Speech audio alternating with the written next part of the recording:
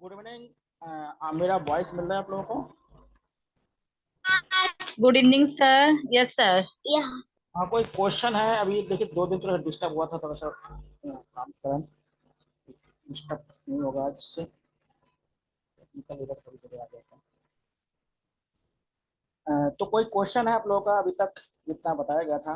इसमें कोई क्वेश्चन है तो आप लोग पूछ सकते हैं। अभी तो एक ही लोग जुड़े हैं, अभी धीरे धीरे लोग जुड़ जाएंगे तो पूछते जा रहे हैं लोग। देखिएगा, हम लोगों ने जो चर्चा किया था, जो लेटर वैदिक जिसे उत्तर वैदिक काल कहते हैं, और उसके बाद जो महाजनपद काल है, यानी उत्तर वैदिक के बाद क्या होता है, जब राज्य का विस्तार होता है तो उसे हम महाजनपद कहते हैं। तो देखिए महाजनपद क्या है, एक बड़ा क्षेत्र है जो लेटर वैदिक या उत्तर वैदिक काल का जो क्षेत्र था उससे बड़ा क्षेत्र। देखिए जैसे जैसे डेवलपमेंट होता है तो राजा की शक्ति, अब बोला रेवेन्यू होगा तभी शक्ति बढ़ेगा। और आपको पता है कि उत्तर वैदिक काल में क्या कृषि बड़े पैमाने पर होने लगा। कृषि क्या है, स्थायी संपत्ति का अवधारणा है। कृषि उपज को हम ज्यादा दिन तक रख सकते हैं, और स्थायी संपत्ति होगा तो राजा की शक्ति में क्या वृद्धि होगी, और राजा क्या होगा, स्थायी सेना रख पाएगा। देखिए पहले सेना स्थायी नहीं होते थे, बल्कि जो भी क्या है रिलेटिव्स वगैरह होते थे वो सभी खेतीहार भी होते थे, व्यापार भी करते थे, लेकिन युद्ध के समय पे वो क्या है हथियार भी उठाते थे। इसे देखिएगा हमारे जो प्राचीन काल में बहुत सारे ऐसे गुरु हुए हैं जो ब्राह्मण होते हुए भी क्या है धनुर्विद्या सिखाए थे। आप लोगों ने परशुराम का नाम सुने होंगे, उसके बाद द्रोणाचार्य का नाम सुने होंगे। तो बहुत सारे ऐसे ब्राह्मण भी है जो धनुर्विद्या सिखाते थे। इसका मतलब और लड़ाई भी करते थे। जैसे कि देखिए आप लोगों ने द्रोणाचार्य को देखिए महाभारत के युद्ध में लड़ाई किया था, या उसके पुत्र को देखिए। बहुत सारे ब्राह्मण शासक भी व्यक्ति भी थे जो राज परिवार से ना होते हुए भी युद्ध करते थे। ऐसे नहीं था कि समाज में केवल एक ही वर्ण के लोग ऋग्वैदिक या उस समय के काल में युद्ध करते थे। लेकिन उत्तर वैदिक काल में क्या है, स्थायी सेना आ गया, और जहाँ पे स्थायी सेना आ जाएगा वहां पे क्या हो जाएगा, राजा की शक्ति बढ़ जाएगा। अगर आप सोचिएगा इस समय जैसे आपके या हमारे पास जो चौकी या थाना है, वहां पे अगर स्थायी पुलिस नहीं हो, पुलिस क्या है कि कोई किसी को बोल दिया कि अगर कुछ हो जाए तो आप लोग उसको देखेंगे, तो एक अव्यवस्था सा फैल जाएगा। वो लोग उतना ईमानदारी से काम नहीं करते। लेकिन क्या वेतन आधारित जैसे कर देंगे तो क्या होगा, उसका दायित्व तो और बढ़ जाता है, रिस्पॉन्सिबिलिटी जिसे कहते हैं वो बढ़ जाता है। तो देखिए स्मार्ट गवर्नमेंट जो गवर्नेंस होता है उसका एक टूल्स भी ये होता है कि जो रिस्पॉन्सिबिलिटी है उसको निभाना होता है। तो ध्यान दीजिएगा, तो यह पे महाजनपद काल था।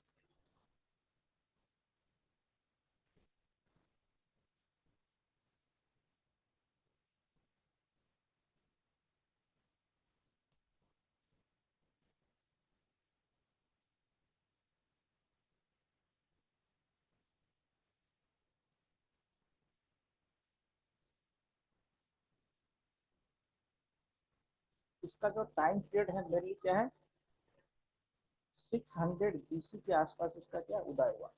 यह महाजनपद काल। टोटल महाजनपद की अगर संख्या देखा जाए तो कितना है, 16 महाजनपद। Excuse me sir. हाँ बताइए, आवाज नहीं मिल रहा सर क्या जो आपको? ये नहीं नहीं सर, आ रही जो 600 BC है, जो बीसी लिखते हैं, इसका मतलब ये होता है कि ईसवी पूर्व जो होता है। जो एक से शुरू होता है ना, एक से पहले की बात है। जो हम 1 तारीख से शुरू करते हैं ना, जिसको आप ये गैगोरियन कैलेंडर जिसे कहते हैं आप लोग, जो आजकल का जो कैलेंडर है, जो इंग्लिश कैलेंडर है, वो गैगोरियन कैलेंडर कहा जाता है।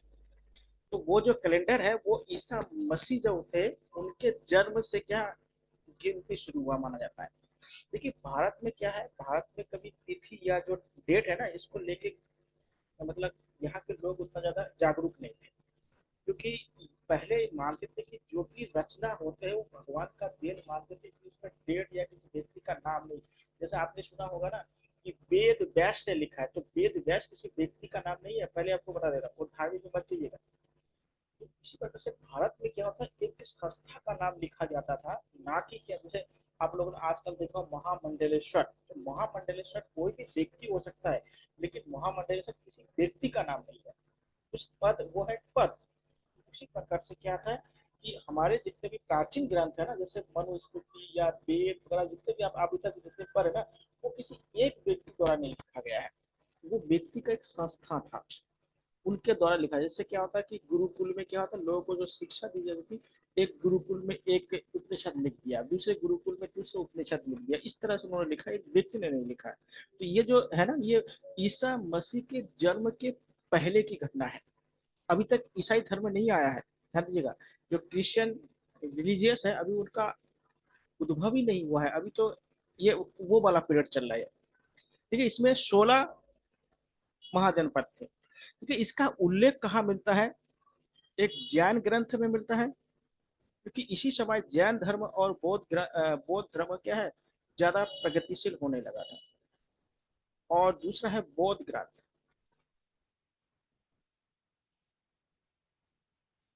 मैं इसका देखिए, एक है जैन ग्रंथ है, ठीक है, इसे कहते हैं भगवती सूत्र। भगवती सूत्र में क्या है, 16 महाजनपद के बारे में लिखता है। और ये है अंगुत्तर निकाय।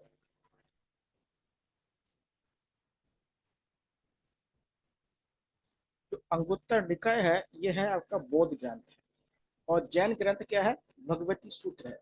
इनमें क्या है, 16 जनपदों के नाम हमें मिलता है। और वो 16 जनपद क्या है, आपको पीडीएफ के रूप में भेज दूंगा, उसमें याद करने ही वाला है, उसमें कुछ जानना नहीं है। तो आप देखिए, 16 जनपदों में कुछ चीजें जो इंपॉर्टेंट है वो समझ लीजिएगा। कि जो 16 महाजनपद है ना, ये लगभग सब विंध्याचल पर्वत के उत्तर में थे, लगभग, केवल एक को छोड़कर। एक राज्य था जिसका नाम था अस्मक। ये जो अस्मक था, ये केवल क्या है, विंध्य पर्वत के दक्षिण में था, यानी कह सकते हैं ये दक्षिण भारत में था। और जो पूरा 15 आपका महाजनपद था, वो क्या है आपका उत्तर भारत में। और सबसे अधिक महाजनपद यूपी में था, ध्यान रखिएगा। अगर आपसे पूछा जाए कि सबसे अधिक महाजनपद किस राज्य में था सबसे अधिक, तो वो है आपका यूपी, उत्तर प्रदेश में। उत्तर प्रदेश में देखिए कौन कौन से थे, आपको नाम गिना देता। देखिए उत्तराखंड में तो उस समय नहीं था, इसको समझिएगा। एक था आपका पांचल, जो ये बरेली फरुखाबाद बदायूं वाला जो क्षेत्र है, इसको पांचल कहते थे। मथुरा था, मथुरा आप जानते ही है। उसके बाद कौशाम्बी था, जो इलाहाबाद वाला क्षेत्र है उसको कौशाम्बी कहा जाता था। उसके बाद बनारस था। उसके बाद आपका क्या है, कौशल था। कौशल मतलब जो अयोध्या वाला जो क्षेत्र है उसको कौशल कहते थे। उसके बाद क्या है, ये जो गोरखपुर वाला क्षेत्र था, ये मल्ल गणराज्य था यहाँ पे।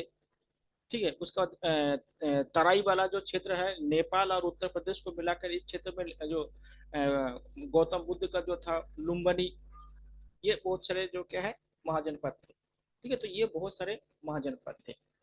तो ये मेनली अधिकतर यूपी में थे। और एक महाजनपद केवल दक्षिण में था, जिसका नाम है अस्मत। आप लोगों ने जो बाहुबली पिक्चर देखे होंगे, उसमें बहुत सारे नाम क्या होते हैं महाजनपदों से लिया गया है। जैसे महिष्मति, जानते हैं जो उज्जैन है ना, आजकल जो उज्जैन है, उज्जैन जो राज्य था वहां पे, उनका दो राजधानी हुआ करता था, एक था उज्जैन और एक था महिष्मति। आप लोगों को बताया था जो अमरकंटक है ना, वो जो सीन बनाया गया है जो बाहुबली का, वो अमरकंटक वाले पहाड़ी को लेकर माना, क्योंकि अमरकंटक में भी आज भी क्या शिव जी का पूजा होता है, मतलब शैव तीर्थ स्थल है। तो उसी को बेस बना के तो अस्मक जो है वो दक्षिण भारत में है। और जो उज्जैन है उसको महिष्मति भी कहा जाता है। तो ये क्या है, ये बहुत सारे कहानी क्या है इतिहास से लिया गया है, उसको थोड़ा सा मॉडिफाई रूप में बनाया गया है। तो ध्यान दीजिएगा, जैन ग्रंथ भगवती सूत्र और बौद्ध ग्रंथ अंगुत्तर निकाय में क्या होता है, महाजनपदों का उदय होता है। और महाजनपदों के उदय का दो बहुत महत्वपूर्ण कारण था, एक कृषि का उदय और दूसरा है इस समय एक नया धार्मिक वर्ग का उदय होना। कृषि आपको बताया था क्यों हुआ, क्योंकि कृषि में हल का इस्तेमाल होने लगा। और हल किसका बनने लगे, लोहे का हल बनने लगे। और लोहे का हल बनने लगे तो रेवेन्यू ज्यादा होने लगे, उससे राजा की शक्ति बढ़ गई। दूसरी क्या है, जो नए धर्म बनने लगे जिसको नास्तिक संप्रदाय आप लोग कहा जाता है। तो इन नास्तिक संप्रदायों में क्या है कि इसमें जो रूढ़िवादिता था वो कम था।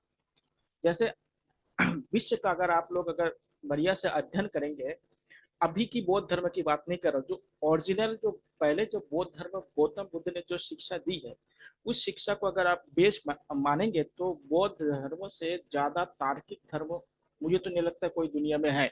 तार्किकता की बात कर रहा हूँ, आध्यात्मिक की बात नहीं कर रहा हूँ। मतलब जहाँ पे तर्क की बात की गई है, तो भाई देखिए जहाँ पे तर्क होगा ना तो वहां पे रूढ़िवादी नहीं होगा, ऑर्थोडॉक्स नहीं होगा। जहाँ पे तर्क को कमजोर किया जाएगा वहां पे रूढ़िवादी होगा। देखिए जैसे क्या होगा कि एक कहावत है कि पहले मानो फिर जानो, तो ये यहाँ पे रूढ़िवादी हो ही जाएगा। पहले हमने किसी चीज को मान लिया फिर इसको जानेंगे कैसे, और पहले जानो फिर मानो तो वहां पे तर्क आ जाता है। तो बौद्ध धर्म पहली बार जो क्या है, जो वैदिक धर्म था उसके सामने एक तर्क प्रस्तुत किया। जो वैदिक धर्म में बहुत सारी जो कुरीतियां आ चुका था या ऑर्थोडॉक्स आ चुका था, उसका विरोध सबसे पहले क्या है, बौद्ध धर्म ने किया, सबसे प्रमुख रूप से विरोध किया। तो इसलिए क्या होता है इस समय दो चीजों के कारण क्या महाजनपदों का उदय हुआ। एक तो आपका लोहे का विकास हुआ, कृषि का डेवलपमेंट हुआ, और दूसरा क्या है, नए संप्रदाय का उदय हुआ। तो ये दोनों आप लोग समझ जाइए।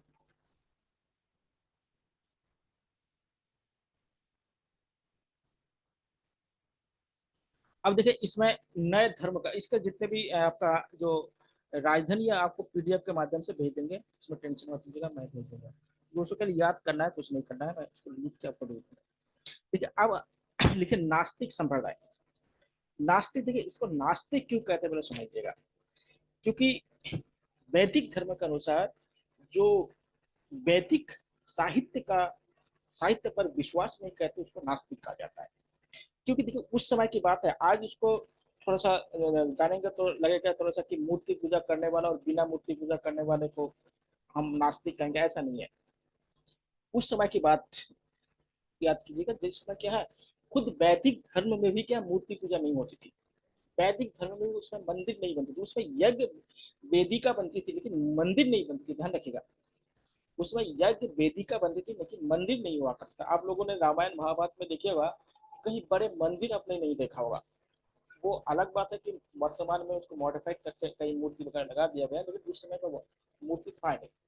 क्योंकि आप लोग जानते हैं कि जो मूर्ति निर्माण की जो शैली आया ना, ये लगभग 200 बीसी के करीब आया है। आप लोग जानते हैं एक मथुरा शैली का नाम सुना होगा, एक गांधार शैली का नाम सुना होगा, एक अमरावती शैली का नाम सुना होगा।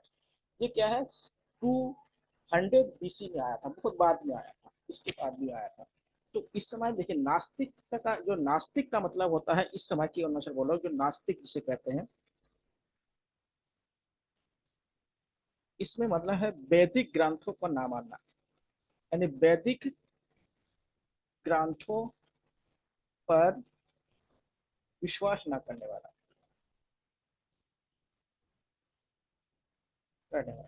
उनको नास्तिक कहा जाता है। इसलिए जैन धर्म और बौद्ध धर्म और आजीवक धर्म हो गया, ये सब जो धर्म हुआ या संप्रदाय हुआ, इनको क्या है, नास्तिक कहा जाता है। इनको क्या कहा जाता है, नास्तिक कहा जाता है। और इस समय जो नास्तिक संप्रदाय हुआ है, अधिकतर जो इसका हेड हुआ है यानी मुखिया हुआ है, वो अधिकतर क्षत्रिय वर्ग से था। अभी आपको बता कि कल उस दिन बता रहे थे कि क्षत्रिय वर्ग और ब्राह्मणों में क्यों संघर्ष हुआ था। इसलिए संघर्ष हुआ था क्योंकि नए नए कृषि से क्या होता है, जो उपज हो रहा था उस पर अधिकार करना चाहते थे दोनों वर्ग। देखिए अल्टीमेट क्या है, अर्थव्यवस्था ही सब कुछ तय करता है। तो इसलिए क्या है, जब ज्ञान के आधार पर ब्राह्मणों ने चुनौती दिया तो क्या क्षत्रियों ने क्या है, ज्ञान के आधार पर चुनौती देना शुरू कर दिया। तो अधिकतर जो ये नास्तिक संप्रदाय के गौतम बुद्ध कहा कौन थे, एक राजकुमार थे। उसके बाद महावीर स्वामी या पार्श्वनाथ जो भी जैन धर्म के मेन जो तीर्थंकर माने जाते हैं, वो भी क्षत्रिय कुल से थे। वो कोई ब्राह्मण या कोई दूसरी जाति से नहीं थे। तो ध्यान दीजिए, तो इस समय क्या है, जो क्षत्रिय वर्ग से क्या था, ये बने थे। तो अब देखिए नास्तिक संप्रदाय में सबसे इंपॉर्टेंट है, दो संप्रदाय बहुत इंपॉर्टेंट है, एक है जैन और एक है बौद्ध। तो पहले आप लोग हेडिंग डालिएगा बौद्ध धर्म।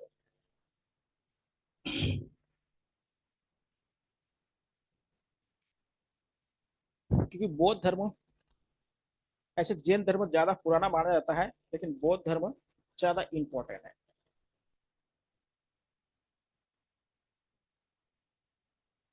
देखिए बौद्ध धर्म के जो प्रवर्तक थे या जो उसके मुखिया थे गौतम बुद्ध, या उसका बचपन का नाम सिद्धार्थ था। गौतम बुद्ध या उसके बचपन का नाम क्या था? सिद्धार्थ था। अब इनका जो जन्म हुआ था, इसका संस्थापक कौन है? बौद्ध धर्म के संस्थापक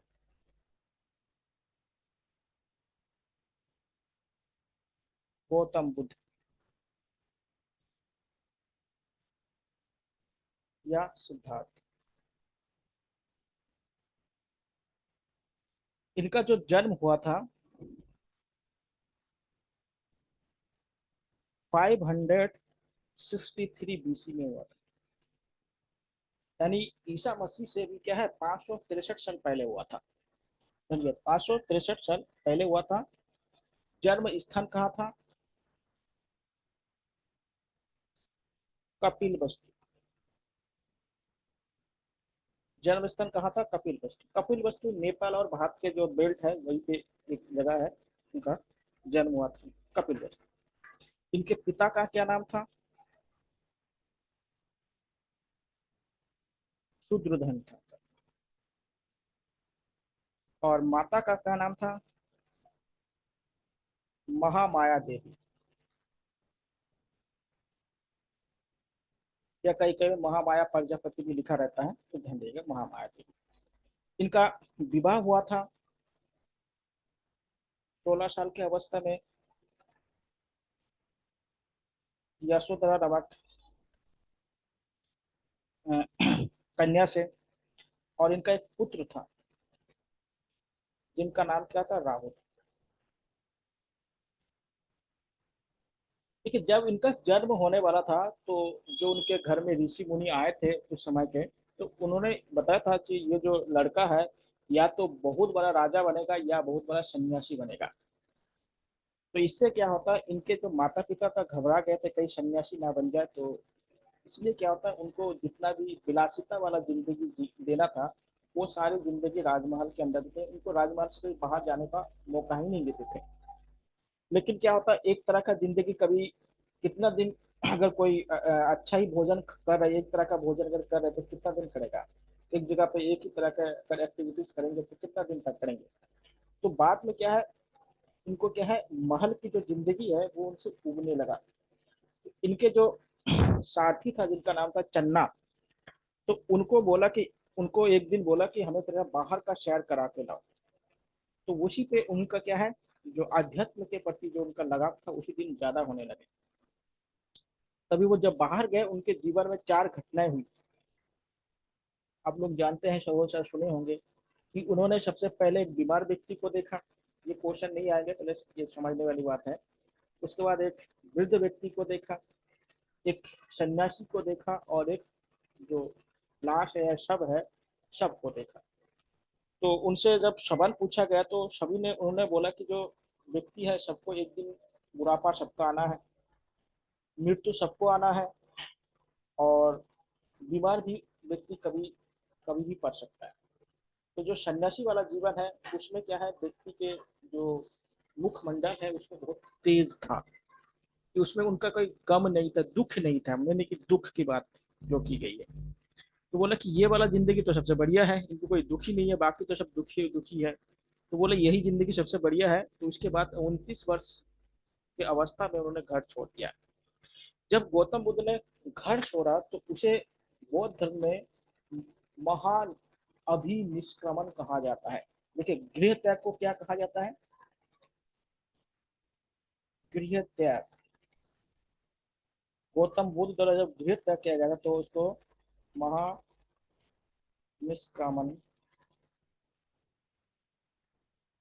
अभिनिष्क्रमण लिखिएगा, महा अभिनिष्क्रमण।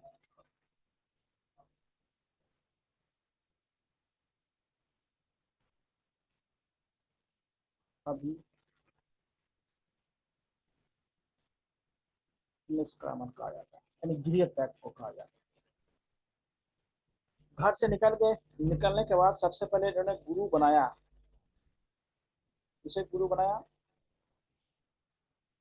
आलर कलाम को गुरु बनाया।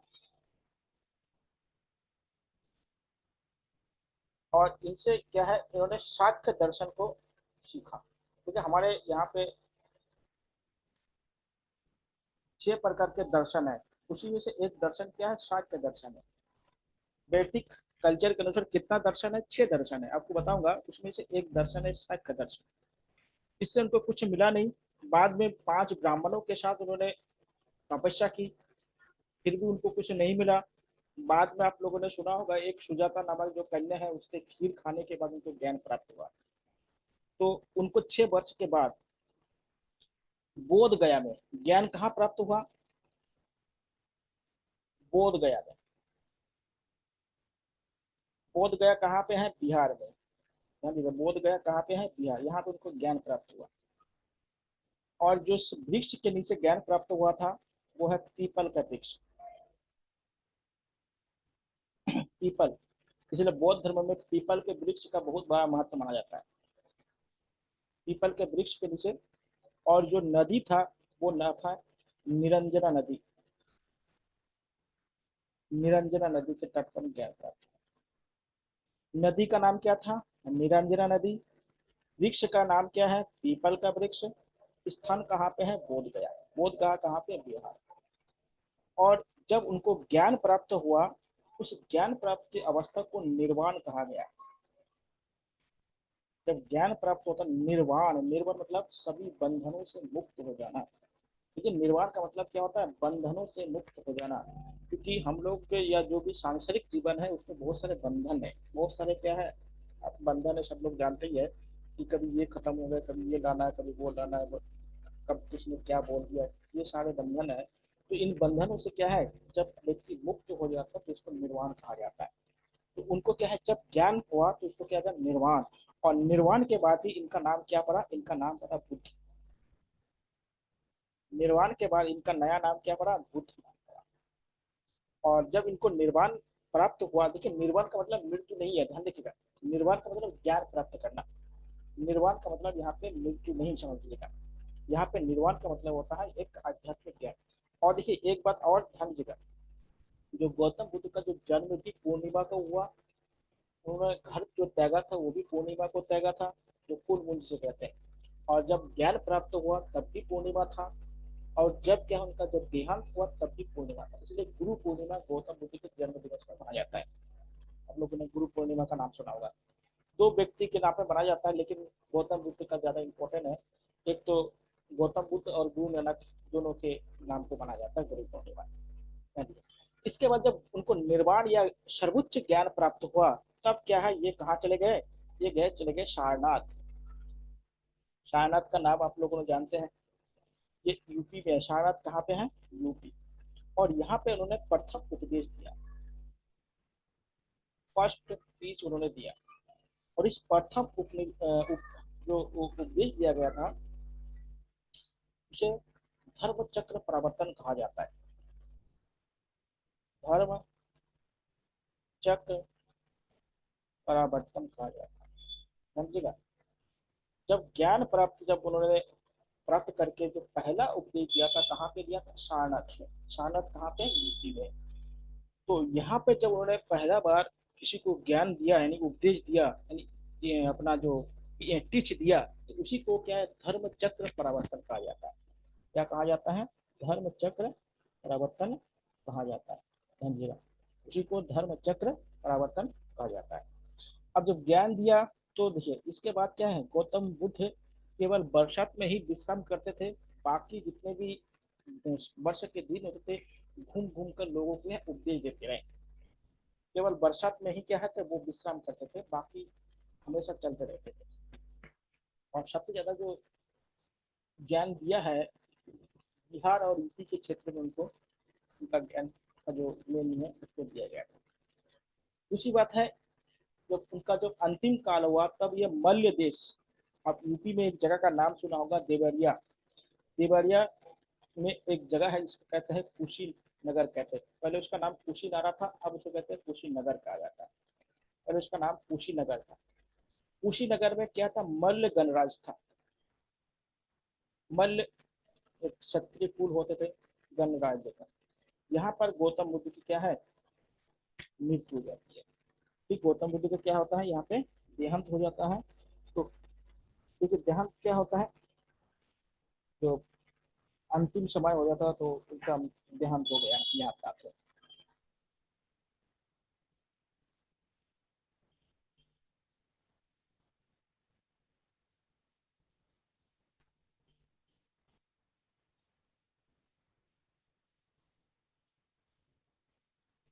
अब देखिए जब उनका जो देहांत है ना, जो उनका शरीर त्याग जिसे कहते हैं, उनका जो शरीर का जो त्याग किया था या देहांत जिसे कहते हैं, उसको बौद्ध धर्म में क्या कहा जाता है?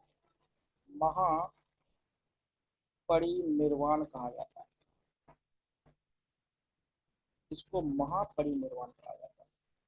जब गौतम बुद्ध का देहांत हुआ तो, या बौद्ध धर्म में गौतम बुद्ध के देहांत को महापरिनिर्वाण कहा जाता है। महापरिनिर्वाण मतलब जन्म मरण के चक्र से समाप्त। देखिए ज्ञान निर्वाण का मतलब होता है सांसारिक बंधनों से मुक्त होना, और महापरिनिर्वाण का मतलब होता है जन्म मरण के जो चक्र होते हैं, इसको पुनर्जन्म कहते हैं।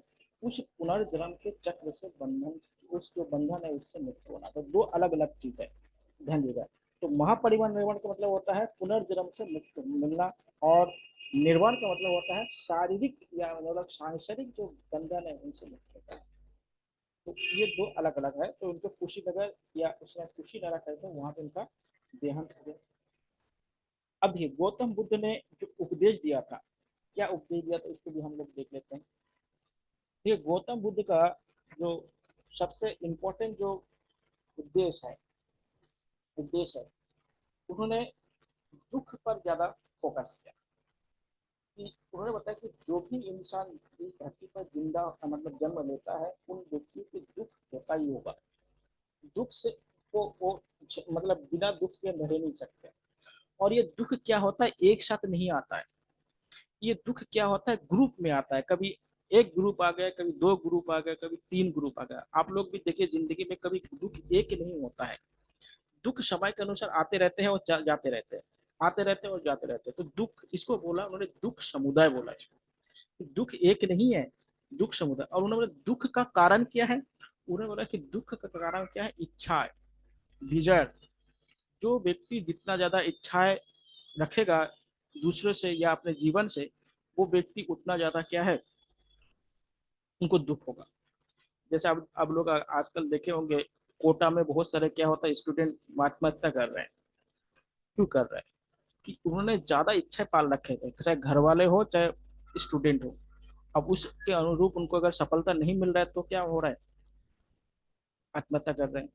तो कोई जो इच्छा है, उस इच्छा को एक लिमिट से ऊपर नहीं होना चाहिए। तो उस लिमिट से ऊपर होने को ही क्या कहते हैं, दुख कहा जाता है। और इच्छा जितना ज्यादा हो, जिसके पास जितना ज्यादा इच्छाएं होगी उसके पास उतना ज्यादा दुख होगा। ध्यान दीजिएगा, जिनके पास जितना ज्यादा इच्छाएं होंगे तो उनको क्या होगा, उनको उतना ही अधिक क्या होगा, दुख होगा। ध्यान दीजिएगा। तो उन्होंने क्या बताया कि जीवन में दुख है, और इस प्रकार के उन्होंने इस जो शिक्षा इसे कहा, उन्होंने आर्य सत्य कहा था इसे। तो आर्य सत्य कितना था, चार था इनके अनुसार। पहला उपदेश उनका क्या था, चार आर्य सत्य। नंबर वन क्या है, दुख। और दुख का कारण क्या है, इच्छा। इसको डेजर कहते हैं, या इसी को अच्छी भाषा में कहेंगे तो इसको तृष्णा कहा जाता है। जो जितना ज्यादा तृष्णा करेंगे या इच्छाएं पालेंगे, उसको उतना ज्यादा दुख होगा। दूसरा उन्हें बताया कि जो दुख है ना, ये दुख समुदाय में होता है। मतलब दुख क्या होता है, एक बार नहीं आएगा जीवन में, वो आते रहेंगे और उसको झेलना पड़ेगा जब तक आप निर्वाण प्राप्त नहीं कर पाएंगे। और उन्होंने बताया कि इस दुख का निवारण भी है, यानी उसको डिटेंशन भी कह सकते हैं। दुख निरोग निवारण कर सकते हैं या निरोध कर सकते हैं। निवारण, दुख का हम निवारण कर सकते हैं। दुख का निवारण करने के लिए क्या करना पड़ेगा, समझ लीजिएगा। दुख का निवारण करने के लिए हमें इच्छाओं को त्याग करना पड़ेगा, तृष्णा को त्याग करना पड़ेगा, लेकिन सांसारिक जीवन में हो नहीं पाता है सभी से। चौथा उन्होंने बताया है, इसे चार आर्य सत्य कहा जाता है। समझे? होता कि ये जो दुख है, दुख प्रतिभा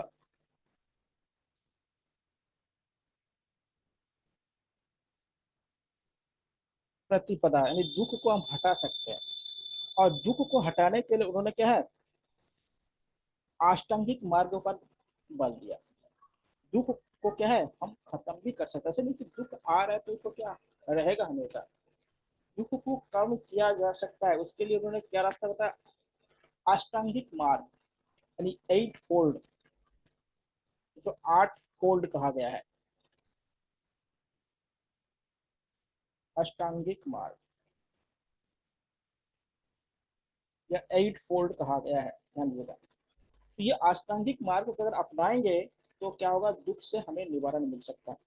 अब देखिए ये अष्टांगिक मार्ग क्या क्या है, इसको भी थोड़ा समझ लीजिएगा। ये लोग सभी जानते हैं लेकिन करना बहुत मुश्किल होता है।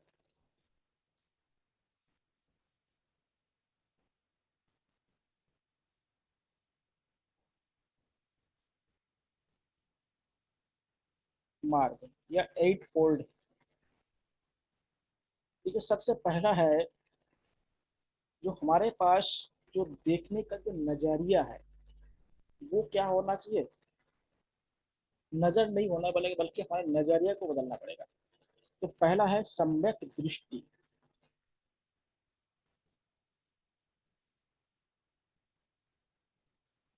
दृष्टि को मतलब कि देखना नहीं होता है। देख के देखिए मेन क्या होता है, अधिकतर लोग क्या होता है, कोई चीज देख के छोड़ देते हैं। लेकिन जो विवेकशील व्यक्ति होता है, उस देख के उसका क्या होता है, उसका अनुसंधान भी करते हैं कि गलत है या सही है, ऐसा हो रहा है तो क्यों हो रहा है। तो कोई भी चीज क्या है, अगर आप देख रहे हैं तो उसका अनुसंधान करना आपको जरूरी है, तभी क्या होगा, आप उसका अच्छे बुरे को समझ पाएंगे और दोबारा वैसे कार्य नहीं करेंगे या करने नहीं देंगे, ये हो सकता है। दूसरा, उन्होंने बताया है सम्यक संकल्प।